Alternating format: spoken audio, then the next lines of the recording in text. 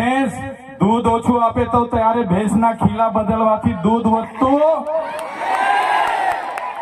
ભેંસ દૂધ ઓછું આપે એના ખીલા બદલવાથી ભેંસનું દૂધ વધતું.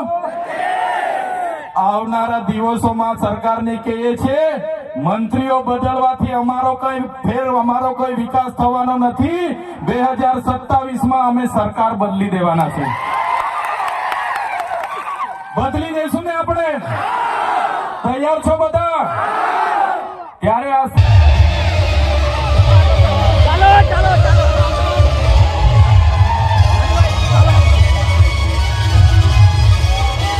માટે અમે ત્યાં પ્રતિમા સ્થાપિત કરતા હતા.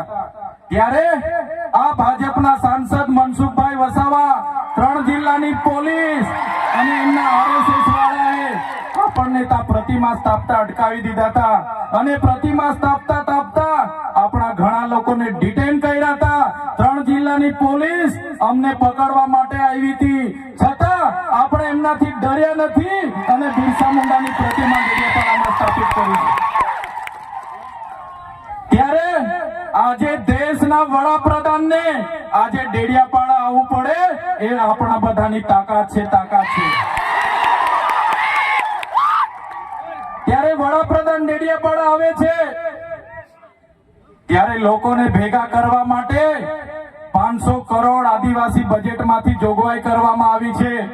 હજારો બસોની વ્યવસ્થા કરવામાં આવી છે અને બધા કર્મચારીઓને એમાં લગાડી દેવામાં આવ્યા છે.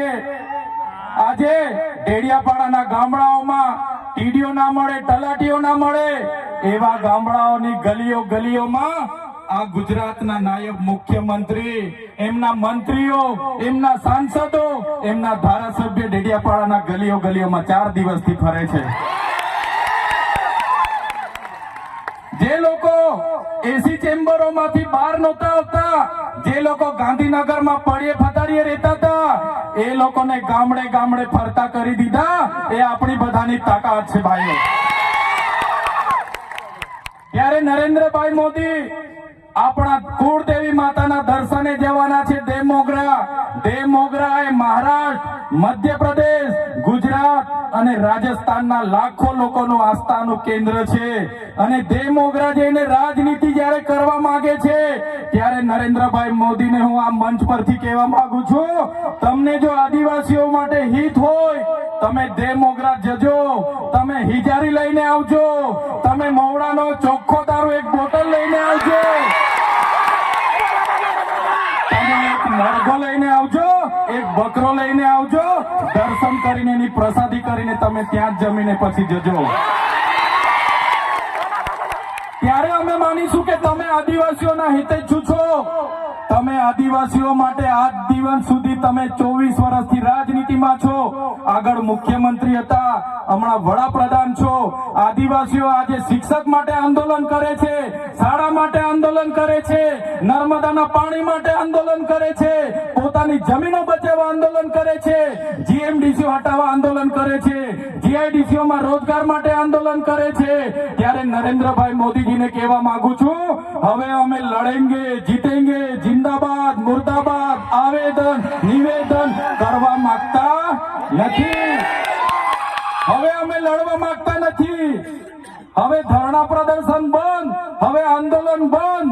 જો અમારી 5મી અનુસૂચિ, જો અમારા પૈસા, જો અમારી અનામત, જો અમારી 73 એની જમીનોને આવનાર દિવસોમાં જીએમડીસી ના નામે માગશો, માલસામોટ પ્રોજેક્ટના નામે માગશો, હાઇડ્રો પ્રોજેક્ટના નામે માગશો, અણુ મથકના નામે માગશો, તો અમે આંદોલન નથી કરવાના, અમે નેપાળવાળી કરવા માટે ગાંધીનગર આવવાના છે.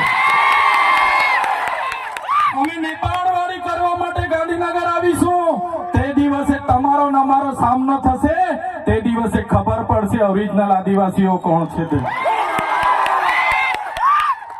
ત્યારે કેટલાક મીડિયા વાળા મિત્રોએ મને પૂછ્યું, તમારા ડેડિયાપાડામાં નરેન્દ્રભાઈ મોદી આવે છે, તમારું બધું પૂરું થઈ જાય. ત્યારે મેં મીડિયા વાળાને મિત્રોને કીધું, નરેન્દ્રભાઈ મોદી આવીને જાય પછી એમના મિત્ર ડોનાલ્ડ ટ્રમ્પને પણ લઈ આવજો.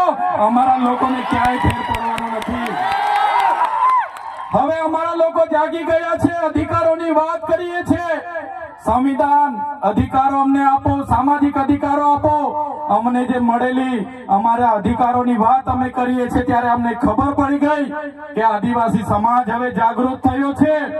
ત્યારે બિરસા મુંડાના રથ જ્યારે લઈને ફર્યા, એમના મંત્રી તંત્રી મારું નામ લઈને મને ગાળ બોલે કે પેલો ચૈતર વસાવો અહીંયા આવે છે, આમ કરે છે, તેમ કરે છે, ફલાણું કરે છે, ઢીકણું કરે છે. એ મંત્રીઓને પણ કહેવા માંગુ છું, એ પ્રદેશ પ્રમુખને પણ કહેવા માંગુ છું, ચૈતર વસાવાને ગાળ બોલવાથી અમારા આદિવાસીઓનું ઉત્થાન નથી થવાનું. તમે આદિવાસીની ઉત્થાનની વાત કરો. મને ગાળ બોલવાથી અમારા લોકોનો જો વિકાસ થઈ જવાનો હોય તો હું દરરોજ તમારી ઓફિસે તમારી ગાળ ખાવા માટે પણ તૈયાર છું. સાથીઓ, અમે અનંતભાઈ સાથે વિધાનસભામાં લડીએ, રોડ પર લડીએ, સદન પર લડીએ અને આદિવાસીઓની ન્યાયની વાત કરીએ, અધિકારની વાત કરીએ. આ લોકોને ગમતું નથી. અનંતભાઈ પર અનેક કેસ થાય, મારા પર અનેક કેસ થાય, અમને જેલોમાં નાખવામાં આવે, પણ અમે આ સરકારની જેલોથી અમે ડરવા વાળા લોકો નથી, અમે લડવા વાળા લોકો છીએ.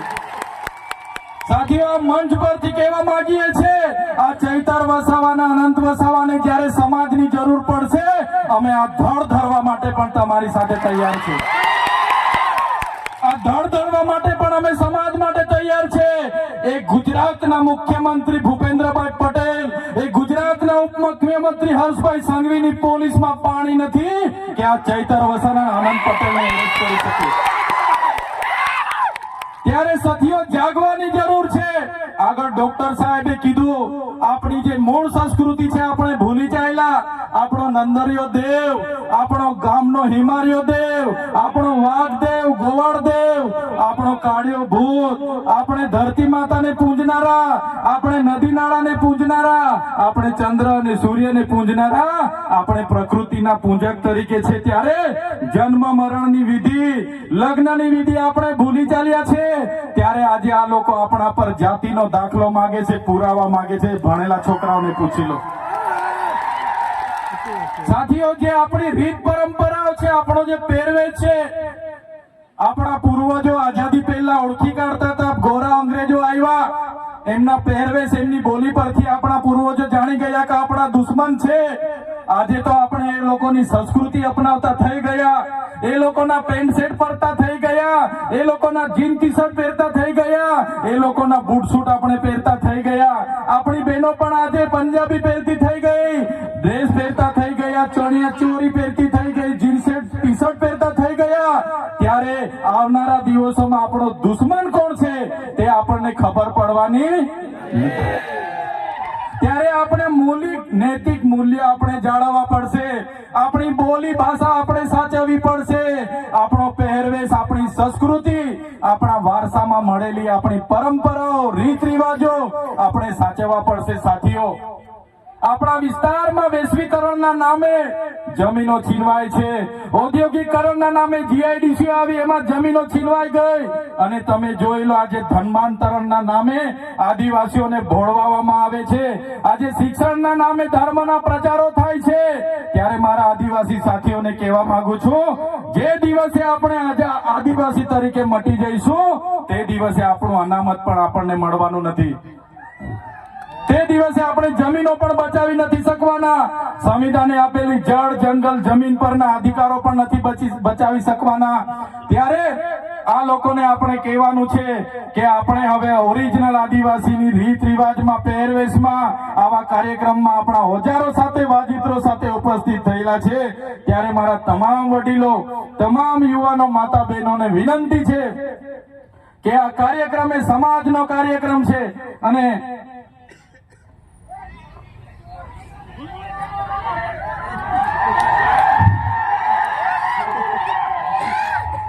આજનો આ કાર્યક્રમ એ આપણી સમાજની તમે એકતા બતાવી છે.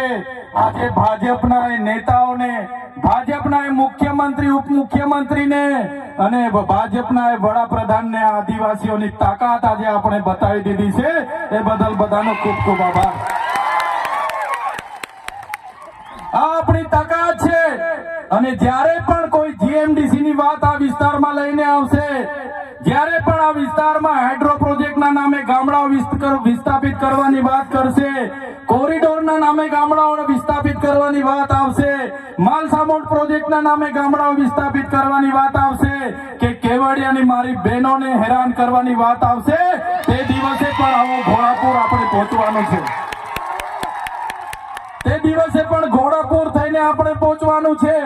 ત્યારે મારા સાથીઓ, મારા વડીલો, મારા યુવાનો, બાળકો, સૌ તમે પોતાના વિસ્તારમાંથી પોતાના રોટલા ખાઈને પોતાના ભાડે થઈને તમે અહીંયા પહોંચેલા છો.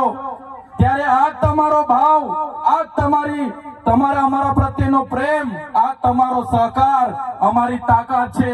આજે આનંદભાઈ અને હું જ્યારે આવડી મોટી સરકાર સામે લડતા હોય, આ સરકાર પર પોલીસ છે, આર્મી છે, એમના કલેક્ટર છે, એમના એસપી છે, એમની કોર્ટો છે, એમનું તંત્ર છે, યંત્ર છે, મંત્ર છે, પણ અમારી સાથે અમારી જનતા છે. એ લોકો અમને ક્યારેય કરી નહીં શકે. સાથીઓ, કોર્ટમાંથી હું છૂટીને આવ્યો અને આ પોલીસ, એ ભાજપની પોલીસે ખોટા સોગંદનામા કર્યા અને સોગંદનામાના લીધે મને ડેડિયાપાડામાં આજે પ્રવેશ બંધી છે. અને હું રાજપીપળા રેમ છું, ત્યાં પણ કેટલાક પોલીસ અધિકારીઓને ભાજપના નેતાઓ કહે છે કે આને નર્મદામાંથી પણ બહાર કાઢો. ત્યારે એ નેતાઓને હું કહેવા માંગુ છું, તમે મને ડેડિયાપાડામાંથી બહાર કાઢશો, તમે મને નર્મદામાંથી બહાર કાઢશો, અમે અમારા લોકોના દિલમાં વસેલા છે, ત્યાંથી ક્યારે બહાર નથી કાઢી શકવાના. અમે અમારા લોકોના દિલમાં વસેલા છે, ત્યાંથી કોઈની તાકાત નથી કે અમને તેમાંથી બહાર કાઢી શકે. ત્યારે સાથીઓ, હમણાં આપણો બધાનો વિરોધ જોઈને, આપણી બધાની કામગીરી જોઈને આ લોકોએ હમણાં મંત્રીમંડળ બદલ્યું, બધા મંત્રીઓને બદલી કાઢ્યા. આપણા વિસ્તારમાં પણ 4 રબર સ્ટેમ્પ મંત્રીઓને રાખી દીધા છે. ત્યારે આ સરકારને કહેવા માંગીએ છે, ભેંસ દૂધ ઓછું આપે તો ત્યારે ભેંસના ખીલા બદલવાથી દૂધ વધતું, ભેંસ દૂધ ઓછું આપે એના ખીલા બદલવાથી ભેંસનું દૂધ વધતું. આવનારા દિવસોમાં સરકારને કહીએ છે, મંત્રીઓ બદલવાથી અમારો કોઈ વિકાસ થવાનો નથી. 2027માં અમે સરકાર બદલી દેવાના છે. બદલી દઈશું ને આપણે? તૈયાર છો બધા? ત્યારે આ સરકારને ખબર પડશે કે સરકાર બદલવા વાળા આવી ગયા છે. ત્યારે સાથીઓ, વધારે વાતો નથી કરતા, હજુ આપણે અહીંથી રેલીનું પ્રસ્થાન કરવાનું છે. આજે વડાપ્રધાન નરેન્દ્રભાઈ મોદીજી ડેડિયાપાડામાં આવે છે એમ કરીને પરવાનગી તો માંગવાની હોતી નથી અમારે, છતાં પોલીસ વિભાગ અને વહીવટી તંત્ર દ્વારા કહેવામાં આવ્યું કે જેમ બને તેમ પ્રોગ્રામ પતાવજો. ત્યારે એમને કહેવા માંગીએ છીએ, અમારો જે વડાપ્રધાનનો કાર્યક્રમ છે એમાં આગળ કીધું એમ પોલીસ 7000 છે, આંગણવાડી કર્મચારીઓ આ લાભાર્થી તે લાભાર્થી કરીને ભીડ કરશો, પણ આ ઓરિજિનલ આદિવાસીઓની ભીડ જોઈ લો.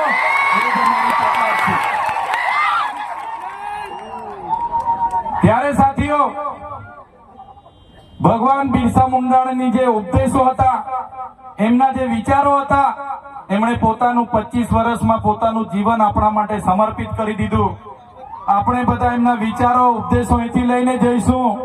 આપણી અસ્મિતા બચે, આપણી સંસ્કૃતિ બચે, આપણા રૂઢિ પરંપરા બચે, આપણા નૈતિક મૂલ્ય બચે, એ સૌની જવાબદારી છે. સાથે સાથે ઘણા યુવા વર્ગ અહીંથી મને સાંભળે છે, એ યુવા વર્ગને પણ હું અપીલ કરું છું, તમારો આ સમય તમારો કેરિયર બનાવવાનો છે. વ્યસન અને ફેશનને હાલ પૂરતા સાઈડ પર મૂકી દેજો.